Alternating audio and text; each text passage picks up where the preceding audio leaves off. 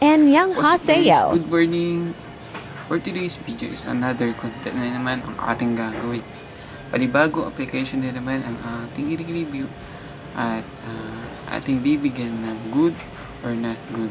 But for today's continue this video, gusto ko lang sabihin na this video is not promotional and based in my experience and bilang aware din sa mga mag-install ng application na ito. These few weeks, nag-scroll ako sa Facebook, may nag-pop up na ads. At ito na naman ay panibagong loan shark loan application. Ito si Happy Pair 2 Fast GCash Loan. Ito siya. So, ano ba gagawin natin dito? Siyempre, bibigyan natin ng review. So, bago natin simulan, kailangan natin muna install yung application. And then, si Yapi Pera 2 Fast GCash Loan is under siya ni Royal Yahoo Lending Investors Corporation. So, tingnan natin sa site kung registered pa siya. At guys, registered siya sa Security Exchange Commission, so vision. And then ito yung unang lalabas sa sa app pag in-install. Unang-una hihingi siya ng cellphone number. Kaya ganito siya. Hihingi siya ng cellphone number and then yung SMS. At guys, pag nabuksan na natin yung application, bubungad yung ito. 50,000 daw yung maaari niyang ipahiram sa atin.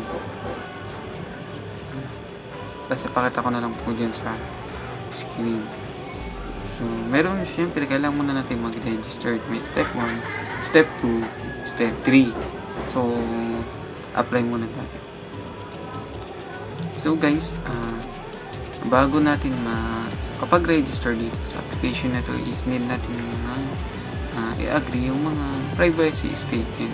Kukunin nila yung device information permission, emergency contact permission, installed application and SMS messages, and location areas, camera access, memory access, phone access, storage permission, and current. Based lang sa akin na parang ang dami namang kinukuhang access ni Happy Pera sa cellphone natin. Parang nagdududa na tuloy ako. Pero, syempre kailangan natin ma-review itong application na to.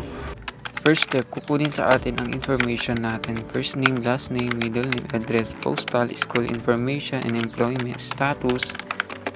Sorry guys, di ko na video kasi di nagre-record. Ito yung mga valid ID na hinihingi ni Happy Pera.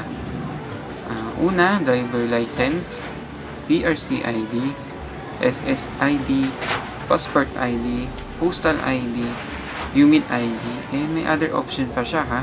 May TIN ID, voters ID, national ID, pag-ibig ID, and health card ID. So yun yung mga available ID na pwede natin gamitin kay Happy Pera.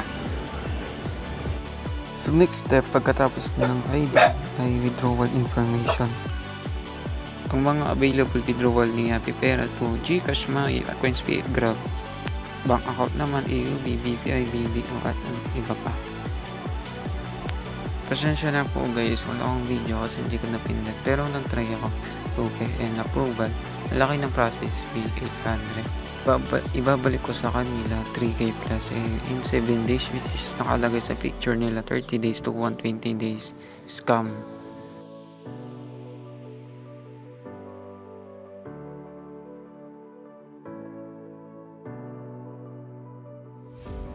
Kamsahamnida. Thank you for watching. Thank you for staying this video. Ingat po kayo palagi. Annyeong.